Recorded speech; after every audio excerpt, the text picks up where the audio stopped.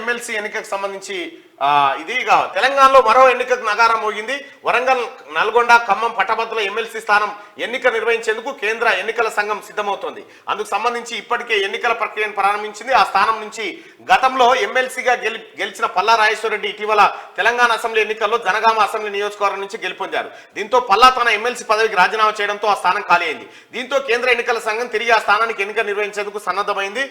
ఈ క్రమంలోనే ఓటర్ నమోదుకు ఎన్నికల సంఘం షెడ్యూల్ విడుదల చేసింది. ఫిబ్రవరి 6వ తేదీ వరకు ఓటు నమోదుకు అవకాశం కల్పించగా ఫిబ్రవరి 24న డ్రాఫ్ట్ ఓటర్ లిస్టును ప్రకటించనుంది. ఫిబ్రవరి 24 నుంచి మార్చి 14 వరకు ఓటర్ జాబితాపై అభ్యంతరాలను స్వీకరించనున్నారు. అనంతరం ఏప్రిల్ 4న తుది ఓటర్ జాబితా వెలువడనుంది. ఇదిలా ఉంటే ఏప్రిల్లో ఎన్నికల షెడ్యూల్ వచ్చే అవకాశం వరంగల్, నల్గొండ, ఖమ్మం పట్టభద్రుల ఎమ్మెల్సీ ఎన్నికల నియోజకవర్గం ఏదైతే ఉందో జూన్ 8వ తేదీలోపు పూర్తి చేయాలి. మరోవైపు తెలంగాణలో గత కొంతకాలంగా ఉప ఎన్నికల పర్వం నడుస్తుంది. హుజూర్ నగర్, నాగర్ కర్నూలు, దుబ్బాక, హుజూరాబాద్, మునుగోడు ఉప ఎన్నికను తెలంగాణ ఓటర్లు చూశారు. తాజాగా వరంగల్, ఖమ్మం, నల్లగొండ పట్టభద్రుల ఎమ్మెల్సీ స్థానం కావడంతో ఇది రాజకీయాల్లో చర్చనీయాంశమైంది.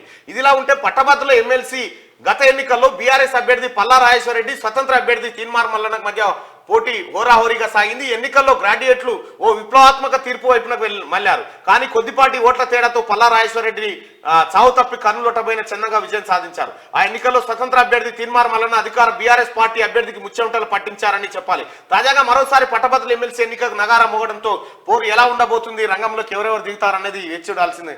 ఆ రోజు కూడా పట్టభద్రుల ఎమ్మెల్సీ ఎన్నికల్లో సోదరులారా మీరంతా నిజాయితీగా ఓటేసిరు నాకు, కానీ పల్లా రాజేశ్వరరెడ్డి దొంగ ఓట్లతోటి గట్టెక్కాలని చూసిండు. ఆ రోజు 17,000 దొంగ ఓట్లను పట్టిస్తే కూడా వీళ్ళు పట్టుకోలే. కేవలం 6,000 ఓట్ల తేడాతో నేను ఓడిపోవడం జరిగింది. మీ అందరికి తెలుసు ప్రజలారా, నేను తెలంగాణ రాష్ట్రంలో నేను చేస్తున్న పోరాటం, నేను పడుతున్న తపన ఈ ప్రజల కోసం, నిరుద్యోగుల కోసం, ఉద్యోగస్తుల కోసం ఎన్ని రకాలుగా ఎంత శ్రమకు గురైన మీ అందరికి తెలుసు. వందలాది కేసులను మోసి 100 రోజుల పాటు జైళ్లలో మగ్గి ఈ కేసీఆర్ పైన పోరాటం చేసుకుంటూ వస్తా ఉన్నాం. ఈ రోజు కూడా వస్తా ఉన్నాం.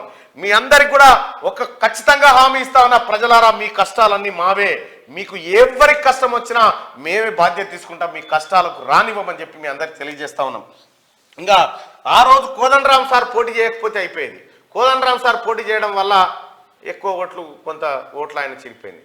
దాంతో ఏమైందంటే సార్ 3rd ప్లేస్కి పోయిండు.